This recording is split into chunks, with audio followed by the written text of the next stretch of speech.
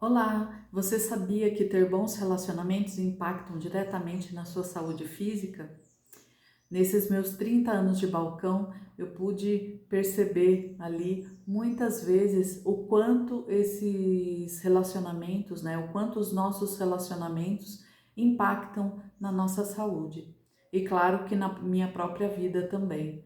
Porque quando a gente tem conflito, quando a gente tem algum tipo de desarmonia em algum relacionamento, isso, claro que impacta na nossa vida, impacta na nossa saúde, traz muitas vezes ansiedade, estresse, frustração, porque a gente não consegue muitas vezes se comunicar com aquela pessoa que a gente ama de uma maneira agradável.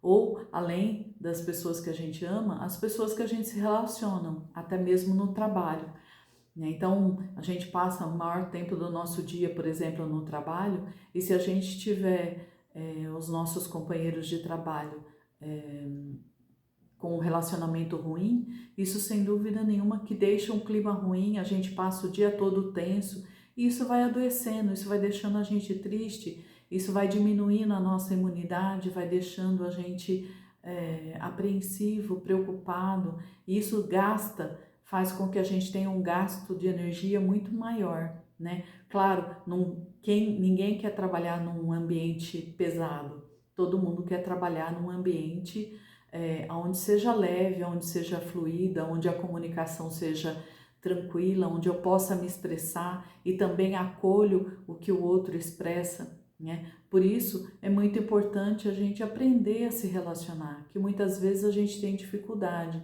Então a gente tem que aprender a ouvir os outros, né? A acolher as necessidades do outro com atenção, né? Não é muitas vezes a gente quer fazer as coisas muito rapidamente e a gente não presta atenção no que o outro diz e aí gera um conflito, gera um efeito errado, né, na comunicação. E isso muitas vezes acaba trazendo aí problemas por falta de atenção durante a conversa.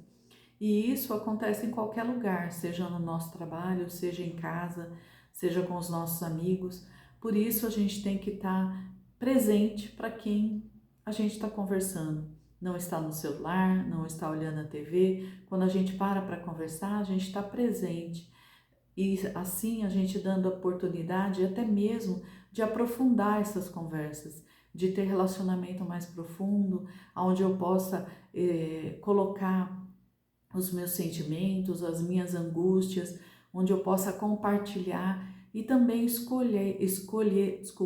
escutar o que a pessoa tem, porque muitas vezes, através da percepção do outro, eu consigo ampliar a minha percepção, eu consigo ter uma outra visão de mundo e isso vai me ajudar a deixar a minha vida mais leve.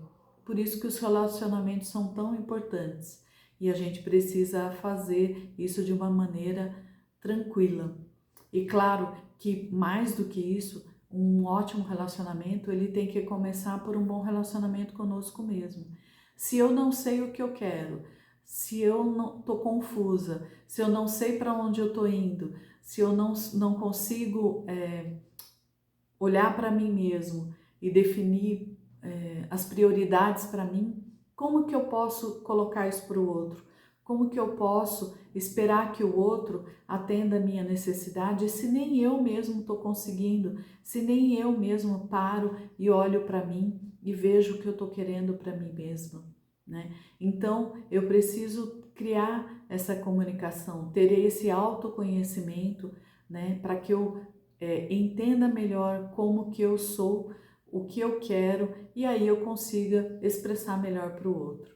E à medida que eu me amo o suficiente para respeitar isso em mim, respeitar minhas vontades, respeitar o que eu desejo, respeitar as minhas limitações, eu também consigo ser mais empática, eu consigo também ter mais sensibilidade em perceber a necessidade do outro, em perceber as dificuldades que ele tem, que também são as mesmas que eu tenho, porque nós temos as mesmas dores, todos nós temos as mesmas dores.